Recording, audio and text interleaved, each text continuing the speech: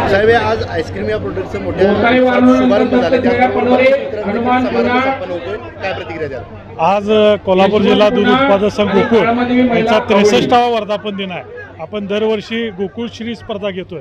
त्याच्या माध्यमातून जे खरोखर दूध उत्पादनामध्ये ज्यांची म्हशीच्या दुधात असू दे किंवा गाईच्या दुधात असू दे त्यांना प्रोत्साहन देण्यासाठी आम्ही दरवर्षी हा उपक्रम घेत असतो. त्याचा आज भाग आज आपण 13 लाखाची बक्षीस वितरण आज आपण सर्व दूध उत्पादक सभासदांना या ठिकाणी वितरित केलेले आहे. तसेच आज आईस्क्रीमचंही लॉन्चिंग या दूध संघाच्या माध्यमातून एक नवीन पदार्थ प्रोडक्ट आपण या बाजारात आज उपलब्ध करून दिलेला आहे.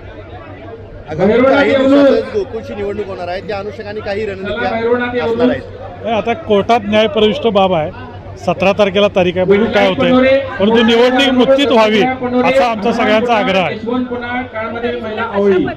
काय प्रक्रिया सध्या सुरू आहेत? कारण आपण बघतोय की गोकुळची निवडणूक लागणार अशी चाहूल लागताच प्रत्येक ठिकाणी बैठका होत असल्याचं पाहायला मिळतंय. तुमचं हे खरं आहे की निवडणूक लागणार होती मुक्तीत, परंतु काही लोक विघ्न संतोषी लोक कोर्टात गेले आणि आता न्यायप्रविष्ट असल्यामुळे आता कोर्टाचं काय आदेश असेल हे आम्हाला माहीत नाही.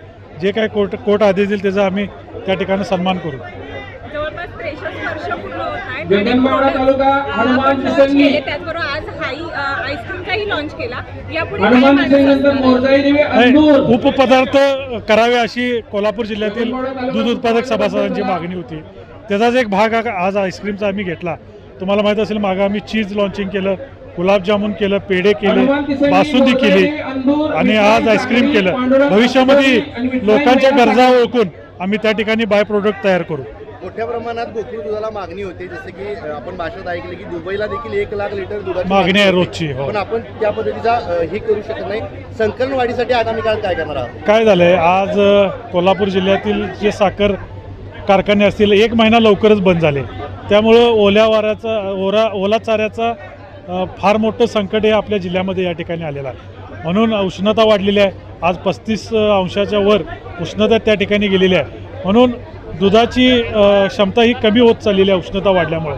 भविष्यामध्ये दूध संघाच्या ज्या योजना चालू केल्या आहेत, आज आपण जातीवंत मोरा म्हशीला 50,000 रुपये अनुदान देतोय. जिल्हा मध्यवर्ती बँक त्याला 10,000 रुपये अनुदान देते. या अनुदानाचा फायदा घेऊन दूध उत्पादकांनी म्हशी वाढवाव्यात, जनावर वाढावेत आणि सगळ्याच्या सगळं दूध हे दूध संघाला घालावं अशी विनंती तुमच्या या चॅनलच्या माध्यमातून करतो. थँक्यू.